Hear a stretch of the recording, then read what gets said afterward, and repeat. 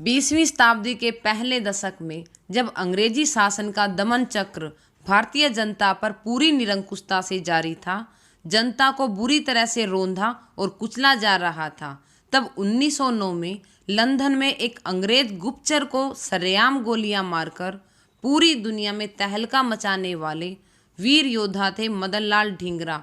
एक संपन्न परिवार में जन्म लेकर मात्र 22 वर्ष की आयु में ही देश की आज़ादी के लिए फांसी का फंदा चूमने वाले इस वीर की शहादत से देश में आज़ादी की लड़ाई में तेजी आई।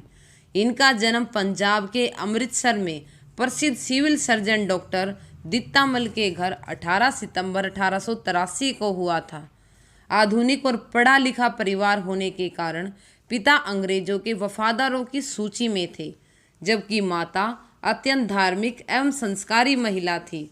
1906 में बीए करने के बाद आगे पढ़ने के लिए बड़े भाई के पास इंग्लैंड जाकर वहां के यूनिवर्सिटी कॉलेज में प्रवेश लिया। उन दिनों लंदन भारत के क्रांतिकारियों का केंद्र था। श्यामजी कृष्ण वर्मा और विनायक दामोदर सावरकर भी वहां थे। श्यामजी ने इंडिया होम रूल सोसाइटी की स्थापना की थी और भारतीय छात्रों के रहने की व्यवस्था के लिए इंडिया हाउस बना लिया था। वहीं पर मदनलाल की मुलाकात वीर सावरकर से हुई, जिनसे उन्होंने अपनी जन्मभूमि की आज़ादी के लिए कार्य करने की इच्छा व्यक्त की। सावरकर जी ने मदनलाल ढींगरा की कठिन परीक्षा ली। सावरकर जी ने इनके नाजुक हाथों में कील ठोका, जिससे खून बहने लगा, लेकिन इस युवा और साहसी युवक ने हंसकर पीड़ा सहन की।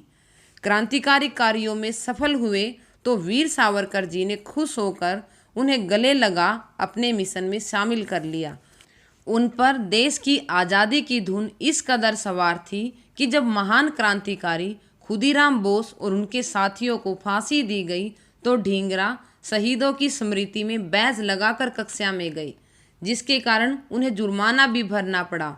उन दिनों एक गुप्तचर कर्नल वायली ने क्रांतिकारियों पर कड़ी नज़र रखे हुई थी।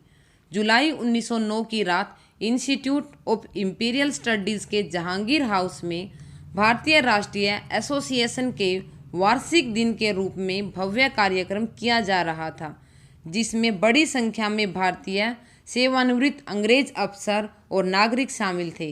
कार्यक्रम में कर्जन वायली भी शामिल था, जिसे देखकर मदनलाल ढींगरा का खून खौल गया। उन्होंने कर्जन के चेहरे के बहुत ही करीब से 5 गोलियां दागकर सदा के लिए उनको मौत की नींद सुला दिया। उनके बचाव के लिए आगे आए पारसी डॉक्टर कौंस खुर्शीद लाल काका को भी गोली मारकर वहीं ढेर करने के बाद मदनलाल ने खुद को पुलिस के हवाले कर दिया।